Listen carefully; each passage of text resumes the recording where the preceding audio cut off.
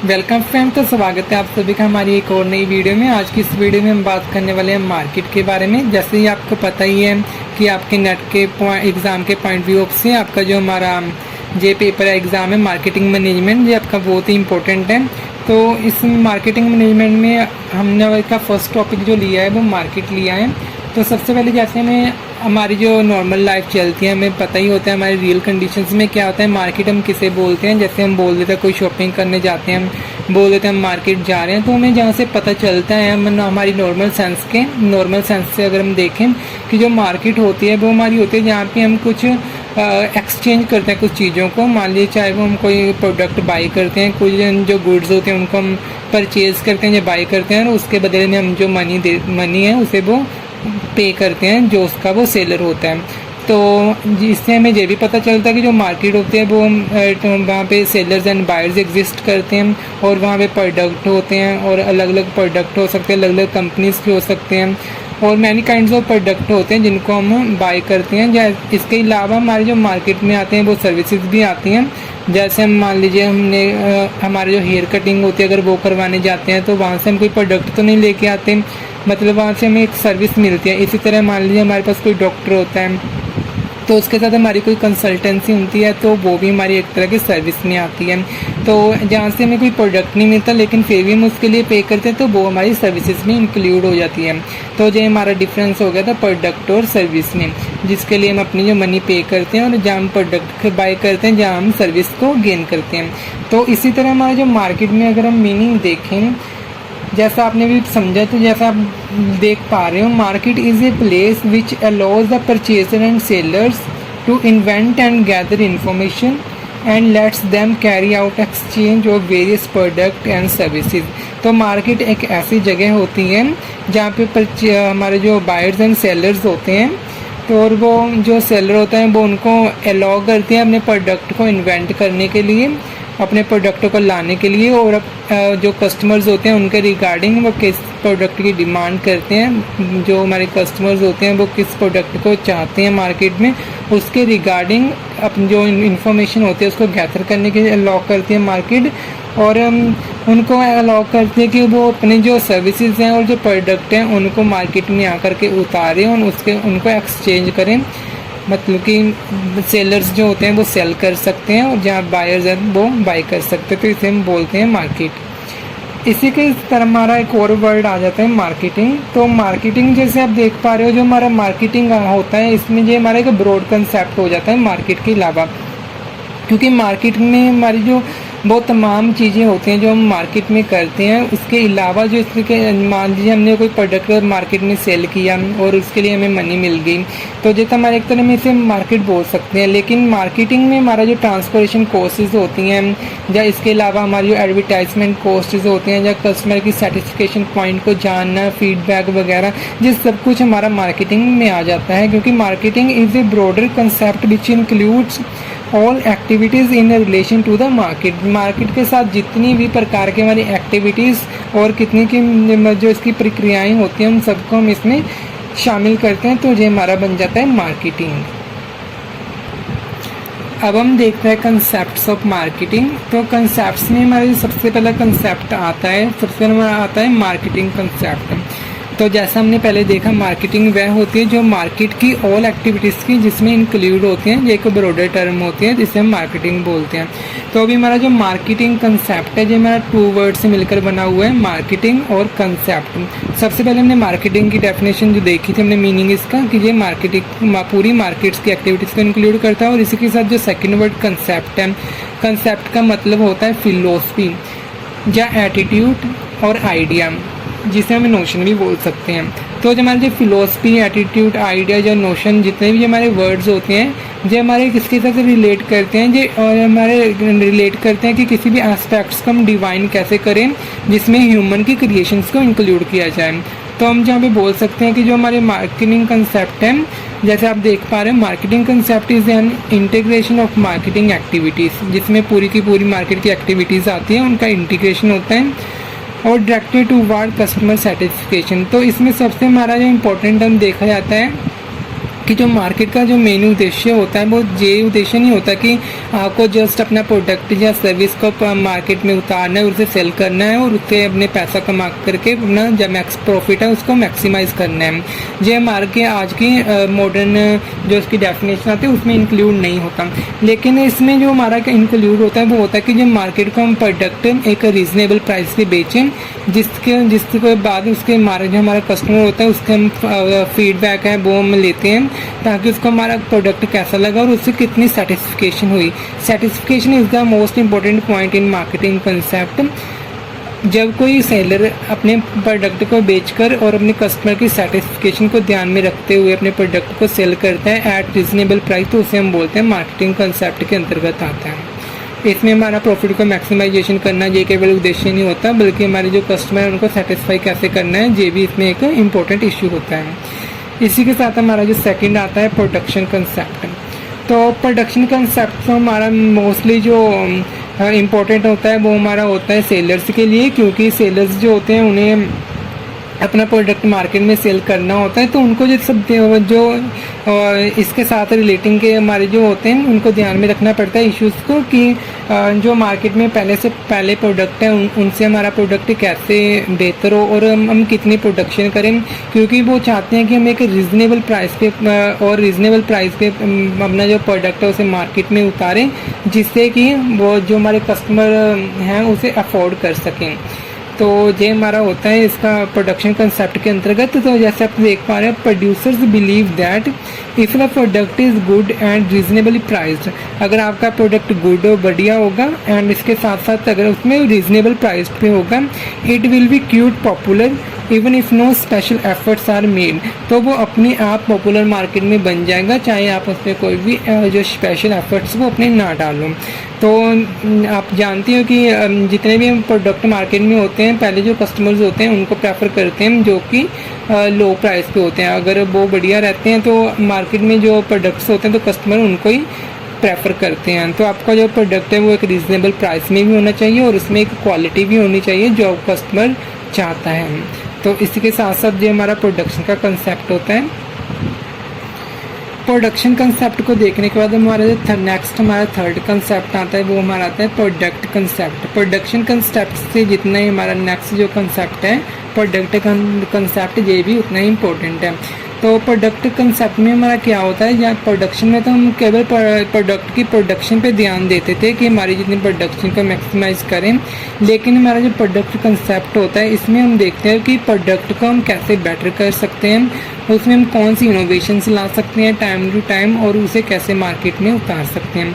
तो जैसा आप स्क्रीन पे देख पा रहे हो, according to this concept customers will favour product that offer the best quality, जिसमें आप एक क्वालिटी भी अच्छी देंगे, परफॉर्मेंस एंड इनोवेशन फीचर्स, जिसमें आप प्रोडक्ट जो आपका है उसमें आप कुछ इनोवेशन करके, चाहे वो आपकी पैकेजिंग के रिलेटेड हो या आपकी प्रोडक्ट में कोई क्वालिटी के रिलेटेड हो, जिसमें आप कुछ इनोवेशन करते हो और अपने और उसमें नई फीचर्स को ऐड करते हो, तो उसको कस्टमर से ज़्यादा प्रेफर करते हैं।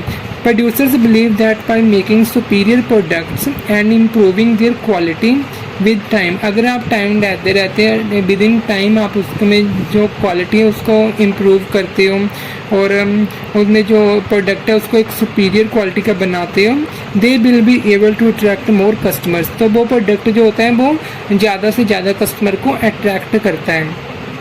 Who always welcome superior quality goods, जो भी कस्टमर्स जो सुपीरियर क्वालिटी गुड्स को लेना चाहते हैं तो वो उसको के जो प्रोडक्ट है innovation with features and quality included product उसे वो प्रेफर करेंगे। तो जो हमारा आता है प्रोडक्ट कंसेप्ट के अंतर्गत। इसके बाद हमारा जो नेक्स्ट कंसेप्ट आता है वो हमारा आता है सेलिंग कंसेप्ट। तो जैसा आपका इसके नाम से ही पता चलता है, selling is the most important in our business और इन मार्केट, क्योंकि अगर मार्केट में सेलर ही नहीं होगा तो प्रोडक्ट को सेल कौन करेगा। तो इसी के साथ हमारा जो सेलिंग कंसेप्ट होता है जो इसमें हमारा जो होता है कि जो कंपनी या कोई भी फर्म होती है जो किसी प्रोडक्ट को प्रोड्यूस करती है, तो सबसे पहले तो वो अपना प्रोडक्ट बनाती है, उसके बाद फिर वो देखते हैं कि मार्केट में प्रोडक्ट को कैसे उतारा जाए, उसको सेल कैसे किया जाए अपने मार्केट, ताकि जो उसका प्रॉफिट है उसे वो अच्छी तरह से अचीव कर सके, जो भी उसके ऑब्जेक्टिव्स होते हैं ऑर्गेनाइजेशन के या फर्म के या अपनी एंटरप्राइज जो भी होता है। प्रोड्यूस करने वाला प्रोडक्ट को, तो अपने प्रॉफिट को ध्यान में रखते हुए कि उसकी जो सेलिंग स्ट्रेटजीज है वो कैसी होगी उनके बारे में सोचती है। और इसमें हमारा जो होते हैं हमारी जो एडवर्टाइजमेंट आ जाती है, एडवर्टाइजिंग वो करेगी अपने प्रोडक्ट को सेल करने के लिए, या पर्सनल सेलिंग करते हैं, या लार्ज स्केल प्रमोशन करते हैं। ऐसे बहुत सारे मार्केट में इंस्ट्रूमेंट होते हैं जहाँ हम प्रोडक्ट के ऊपर डिस्काउंट वगैरह देते हैं या गिफ्ट वाउचर्स, जो जितने भी तमाम ऐसे हम चीज़ें यूज़ करते हैं हमारे प्रोडक्ट को सेल आउट करने के लिए, जो हमारा सेलिंग कंसेप्ट के अंतर्गत आता है। आपको जैसे पता ही होगा कि कई बार बहुत ऐसे अच्छी कंपनीज़ के प्रोडक्ट होते हैं जो विदाउट एडवर्टाइजमेंट और विदाउट प्रमोशन के वो भी सेल नहीं हो पाते। तो इसलिए हमारा सेलिंग कंसेप्ट और सेलिंग स्ट्रेटजीज सेलर्स के लिए बहुत ज़्यादा इंपॉर्टेंट होती हैं। तो जैसे आप यहाँ पे देख रहे हो कि this concept emphasises on increasing sale volume, कि आप अपनी जो सेल वॉल्यूम है उसको कैसे बढ़ा सकते हो, इस कंसेप्ट के अंतर्गत आता है। Even at the cost of customer satisfaction, जिसमें वो कस्टमर के सेटिस्फेक्शन को भी ध्यान में रखा जाए कि आपका कस्टमर है वो भी सेटिस्फाई हो और आपका जो प्रॉफिट है वो भी अच्छा रहे और आपके जो प्रोडक्ट का जो प्राइस है वो भी एक रीज़नेबल प्राइस हो। तो ये उसको कैसे करना है कि कैसे मार्केट में बेचना है, एडवर्टाइजमेंट कौन से प्रमोशन लेने हैं, कौन से डिस्काउंट सप्लाई करवाने हैं, तो ये सब हमारा सेलिंग कंसेप्ट के अंतर्गत इंक्लूड होता है। इसी के साथ हमारा मोस्ट इम्पोर्टेंट कंसेप्ट आ जाता है जो बहुत ही इंपॉर्टेंट है, सोसाइटिकल मार्केटिंग कंसेप्ट। इसे हम बोल सकते हैं सोसाइटल मार्केटिंग कंसेप्ट। तो इसे सोसाइटल इसलिए बोला जाता है क्योंकि ये हमारा कुछ सोसाइटी से साथ कुछ रिलेट करता है। तो जैसे हमें पता है जो हमारा ओल्ड कंसेप्ट था मार्केटिंग का, तो उसमें ऐसा होता है कि जो फर्म थी अपने प्रोडक्ट को प्रोड्यूस करती थी, मार्केट में उतारती थी, सेल करने का अपना प्रॉफिट बनाती थी और कस्टमर के सेटिस्फिकेशन और उनकी बांड्स को ध्यान में रखते हुए प्रोडक्ट को सेल करके अपना जो प्रॉफिट और अपने ऑर्गेनाइजेशन के जो ऑब्जेक्टिव्स है उसको ध्यान में रखते हुए प्रॉफिट अपना मैक्सिमाइजेशन करने की कोशिश करती थी। लेकिन इसमें हमारा जो मॉडर्न कंसेप्ट आ जाता है सोसाइटिकल कंसेप्ट, तो इसमें हमारा क्या होता है कि हम कस्टमर्स की नीड्स, वांट्स एंड उसकी सेटिस्फिकेशन को ध्यान में रखते हैं। जो सेलर्स होते हैं वो उसी तरह का अपना रीजनेबल प्राइस पे प्रोडक्ट को प्रोड्यूस करते हैं और मार्केट में उतारते हैं। लेकिन उसके साथ साथ उनको ये भी ध्यान रखना पड़ता है कि जो हमारे रिसोर्सेज हैं, जो नेचुरल रिसोर्सेज हैं, उनको कैसे यूज़ करना है, चाहे वो हमारा लैंड हो या और भी जितने भी वाटर वगैरह जो भी इंडस्ट्री में यूज़ होते हैं, उनको नेचुरल हमारे जो होते हैं सोर्सेज उनको हम कैसे यूज़ कर सकते हैं, उनके लिए क्या क्या हम बहुत क्योंकि प्रोसीजर्स होने चाहिए, तो जिसके साथ हमारी जो सोसाइटी है, ह्यूमन वेलफेयर है, सोसाइटी का वेलफेयर हो, हमारे जो समाज है वो उसमें हम समाज का कल्याण भी कर पाएँ। तो इसके साथ साथ हमारे जो CSR भी इसमें एक इम्पोर्टेंट रोल निभाता है, जिसे हम बोलते हैं कॉर्पोरेट सोशल रिस्पॉन्सिबिलिटी। जो बड़ी बड़ी कंपनीज होती हैं उनको एक फिक्स्ड अमाउंट अपना जो टर्नओवर है अगर उनकी वो अचीव करती है थ्रेशोल्ड लिमिट्स, तो उनको CSR में आपका जो टैक्स के रूप में देना पड़ता है गवर्नमेंट को, तो जो हमारा सोसाइटी के ऊपर लगता है, जो हम बोले जिसमें हमारा इन्वायरमेंट को प्रोटेक्शन मिलती है। तो सोसाइटी में हमारा क्या होता है कि हमारा जो ह्यूमन है वो ह्यूमन वेलफेयर होता है, लोगों का कल्याण होता है, जो जिसमें हमारे जो फर्म्स को ध्यान में रखना पड़ता है कि सोसाइटी को ऐसी कोई भी एक्टिविटीज़ ना करें जिससे हमारा जो इन्वायरमेंट है उसका नुकसान हो। तो जो हमारा सोसाइटिकल मार्केटिंग कंसेप्ट में आता है, जैसे हमने जाना कंपनी है, कंपनी को तो क्या मिलेगा, कंपनी अपना प्रॉफिट बना लेगी और कस्टमर्स हैं वो अपना सेटिस्फिकेशन ले लेंगे अपने प्रोडक्ट को खरीद करके। और सोसाइटी को क्या मिलेगा, यहाँ पे सोसाइटी को ह्यूमन, जो सोसाइटी में ह्यूमन्स रहते हैं उनको उनका वेलफेयर होगा। तो ये एक तीनों एक दूसरे से रिलेट करते हैं, तो इसे हम बोल सकते हैं कि ये हमारा सोसाइटिकल मार्केटिंग कंसेप्ट है। हमारा नेक्स्ट और लास्ट कंसेप्ट जो आता है होलिस्टिक मार्केटिंग कंसेप्ट। तो होलिस्टिक मार्केटिंग कंसेप्ट जो हमारा जो है ये एक हमारी जो बोल सकते हैं हमारी जो न्यू अप्रोच है हमारी जो मार्केटिंग में आती है। तो ये एक हमारा न्यू कंसेप्ट है जो हमारा फंडामेंटल हमारी जो मार्केटिंग होती है उसमें फंडामेंटल चेंज लेके आता है। ये कुछ हमारी वो चेंज किसके रिगार्डिंग हो सकते हैं, जैसे हमारी डेमोग्राफिक चेंज लेके आ सकता है, ग्लोबलाइजेशन अपने मार्केट को, अपने जो बिजनेस है जहाँ हमारा जो मार्केट है उसको ग्लोबलाइजेशन कैसे बनाया, जैसे हाइपर कंपटीशन, तो इसमें हमारा कंपटीशन को इंक्लूड करता है। इसके साथ हमारा internet development, corporate social responsibility, ऐसे जो जितने कंसेप्ट है वो हमारे होलिस्टिक मार्केटिंग कंसेप्ट में इंक्लूड होते हैं। तो जैसा कि आप इसी डायग्राम में भी देख पा रहे हो कि हमारे जो कितनी चीज़ों को ये मेनली हमारे 4 पार्ट्स में डिवाइड होता है होलिस्टिक मार्केटिंग कंसेप्ट। पहला तो हमारा था इंटरनल मार्केटिंग, सेकेंड हमारा इंटीग्रेटेड मार्केटिंग आ जाता है। थर्ड हमारा सोशल रिस्पॉन्सिबिलिटी मार्केटिंग है। तो फोर्थ हमारा रिलेशनशिप मार्केटिंग आ जाता है। तो हमारा सबसे पहले अगर देखें होलिस्टिक मार्केट के अंतर्गत, तो इंटरनल मार्केटिंग में हमारे पास क्या आता है, मार्केटिंग डिपार्टमेंट, जिसके थ्रू हम मार्केटिंग कर सकते हैं। इसके हमारा जो बिजनेस में हमारी सीनियर मैनेजमेंट होती है, जो हमारे जो बिजनेस के अदर डिपार्टमेंट्स होते हैं, उनको ये इंक्लूड करता है। तो सपोज जो पूरे के पूरे मार्केट को इंक्लूड कर रहा है और कंपनी को इंक्लूड कर रहा है। इसके अलावा इंटीग्रेटेड मार्केट में हमारे कम्युनिकेशन चैनल्स, जो हमारे जो सप्लायर्स वगैरह होते हैं जिनके साथ हमारा कम्युनिकेशन रहता है, वो इंक्लूड होता है। इसके अलावा प्रोडक्ट और सर्विसेज होते हैं, वो भी इसमें इंक्लूड होते हैं। इसके साथ साथ हमारे चैनल्स क्या हैं, कौन से हमारी स्ट्रेटजीज़ हैं और कौन से हमारे चैनल्स हैं जिनके थ्रू अपने अपने प्रोडक्ट को और अपनी मार्केट में हम इंटीग्रेट बनाए हुए हैं, जो भी हमारा जो प्रोडक्ट है उसके रिलेटेड। तो ये भी हमारा होलिस्टिक मार्केट में आता है। इसके साथ हमारा जो थर्ड इसमें इंक्लूड होता है पार्ट सोशल रिस्पॉन्सिबिलिटी मार्केट। जैसे हमने लास्ट कंसेप्ट में भी पढ़ा था CSR के बारे में, कॉर्पोरेट सोशल रिस्पॉन्सिबिलिटी, तो वो इसमें इंक्लूड हो जाते हैं कि जो कि सोसाइटी के वेलफेयर के लिए हो। तो इसमें हमारे आ जाए एथिक्स, कि आपका जो बिजनेस का है वो एथिक्स और लॉजिकल होनी चाहिए उसमें। इसके अलावा इन्वायरमेंट आ जाता है, इन्वायरमेंट को ध्यान में, और लीगल का मतलब जैसे कोई लीगल जो डॉक्यूमेंटेशन वगैरह होते हैं, जो लीगलिटी फॉर्मेलिटी होती है वो कंपनी को पूरी करनी चाहिए। इसके अलावा हमारे इसमें आ जाते हैं कम्युनिटी, कि हमारी जो बिजनेस है या हमारी जो प्रोडक्ट है उसके साथ कौन सी कम्युनिटी अटैच है, तो वो इसमें आ जाती है कि उसका वेलफेयर होना चाहिए। तो ये हमारा सोशल रिस्पॉन्सिबिलिटी मार्केटिंग हो गया, एक तरह की ये कंपनी की रिस्पॉन्सिबिलिटी होती है सोसाइटी के लिए। तो इसी के साथ हमारा आ जाता है रिलेशनशिप मार्केट। तो रिलेशनशिप मार्केट तो मोस्ट इंपॉर्टेंट है किसी बिजनेस को बनाए रखने के लिए। अगर आपके रिलेशंस मार्केट में और कस्टमर के साथ अच्छे होंगे तो आपका प्रोडक्ट और सर्विसेज भी अच्छी होंगी। तो कस्टमर्स बेसिस में सबसे पहला मोस्ट इंपॉर्टेंट आ जाता है। इसमें कस्टमर्स इंक्लूड है हमारे, इसमें भी चैनल्स, हम किन चैनल्स के थ्रू अपने कस्टमर को अप्रोच कर रहे हो, चाहे वो इंटरनेट हो, चाहे वो ऑफलाइन या पर्सनल सेलिंग जो भी हो, इसमें वो इंक्लूड होता है। इसके साथ हमारा आता है पार्टनर्स, जो आपके जो बिजनेस में पार्टनर्स हैं वो किस तरह से अपने जो रिस्पॉन्सिबिलिटी हैं, किस तरह के रिलेशनशिप वो अपने बिजनेस में जो हम बोल सकते हैं कि डोनेट कर रहे हैं, जब डाल रहे हैं, तो ये इसमें इंक्लूड हो जाता है। तो ये पूरे चार ब्रॉड कंसेप्ट होते हैं, इनको इंक्लूड करके हमारा जो होलिस्टिक मार्केटिंग कंसेप्ट ये बनता है। अब हम देखते हैं difference between old and new concept of marketing. तो ये बहुत ही मोस्ट इम्पोर्टेंट है। तो सबसे पहले हम देखते हैं ओल्ड कंसेप्ट ऑफ मार्केटिंग। तो हमारा जो ओल्ड पुराना कंसेप्ट था मार्केटिंग, तो उसमें क्या था, गुड्स एंड सर्विसेज। जो सेलर होता था वो अपनी जो गुड्स और सर्विसेज उनको प्रोड्यूस करता था। मान लीजिए कोई प्रोडक्ट है तो उसको उन्हें गुड्स है तो वो बना लेता था, और सर्विसेज है वो अपनी प्रोवाइड कर देता था। तो उनको मार्केट में सेलिंग करना था। तो जब मार्केट में सेलिंग करें तो उसका प्रॉफिट आता है, तो profit through increase sales volume.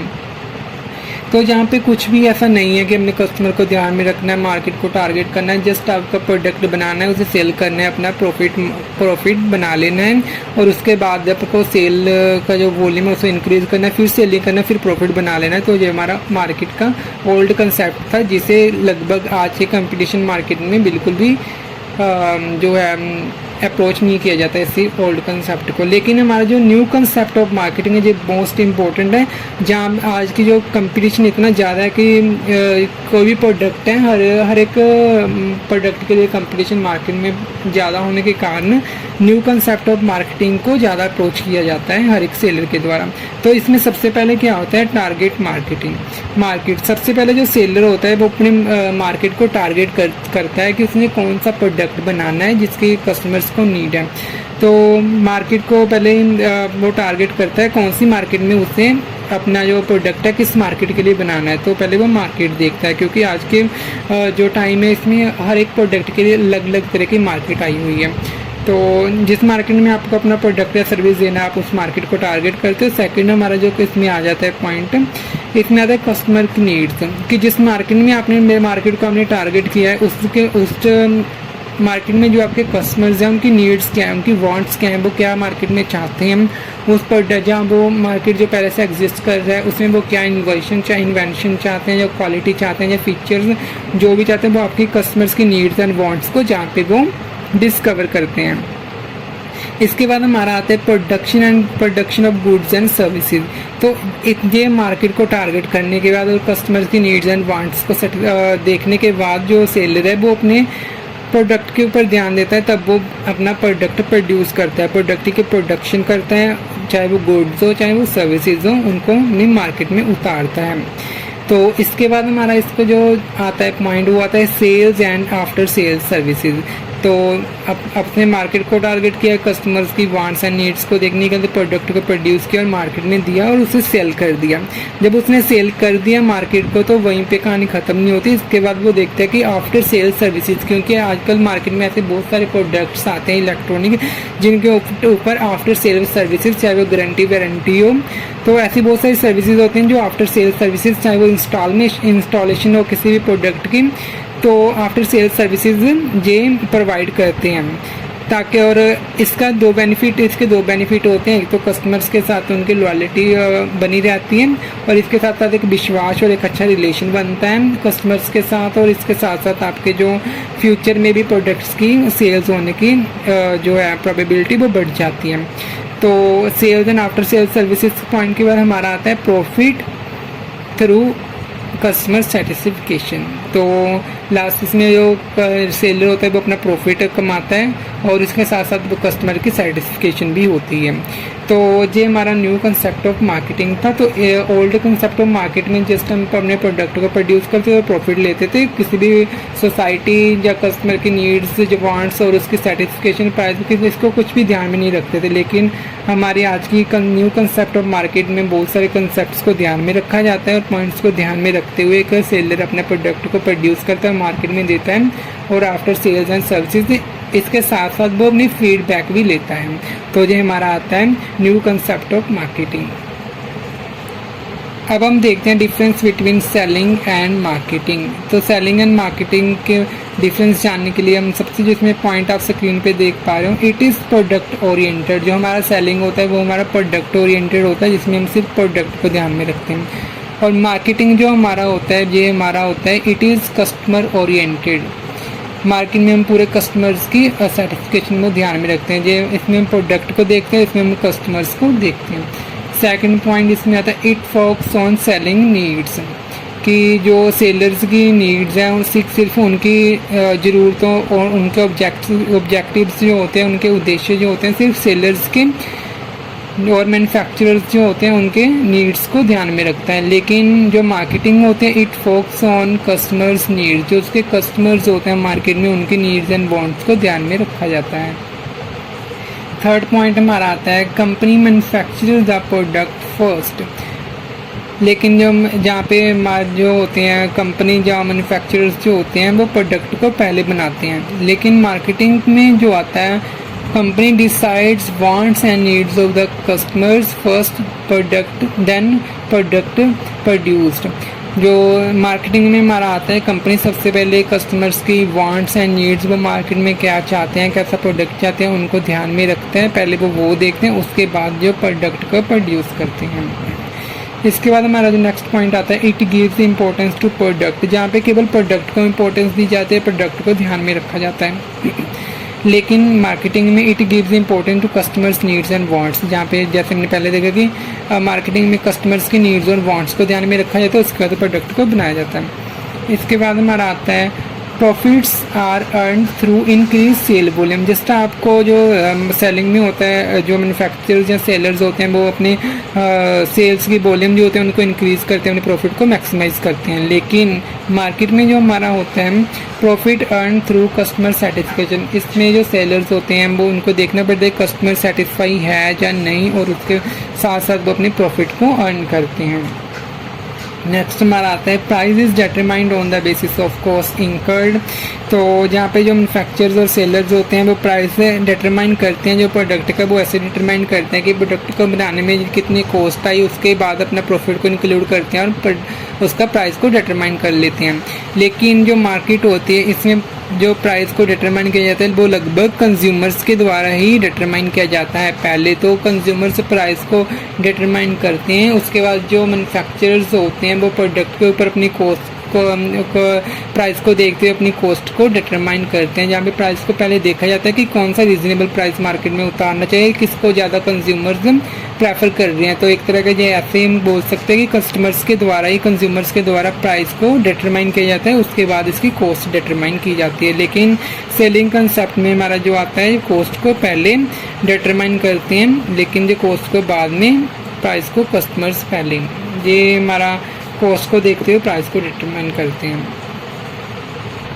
Selling में हमारा नेक्स्ट कंसेप्ट आता है it has narrow scope. Selling का जो स्कोप होता है वो जस्ट नैरो स्कोप होता है, जो वाइडर स्कोप पे काम नहीं करती। लेकिन हमारी जो मार्केटिंग होती है ये इट हैज़ वाइडर स्कोप, जो एक बहुत बड़े पूरी मार्केटिंग को, जैसे हमने स्टार्टिंग में ही पढ़ा था, पूरी मार्केटिंग की एक्टिविटीज़ को इसमें इंक्लूड किया जाता है। लेकिन सेलिंग में जस्ट हम सेलिंग को ध्यान में रखते हैं, तो इसका वाइडर स्कोप होता है मार्केटिंग का। नेक्स्ट पॉइंट हमारा आता है selling views customers as a last link in marketing. जो हमारा सेलिंग जो है हमारे लिए, अगर इसके अंतर्गत देखें जो कस्टमर्स होते हैं और उनका मार्केटिंग में जस्ट एक लास्ट लिंक की तरह होता है। लेकिन मार्केटिंग में marketing views the customer last link in business as the very purpose of the business.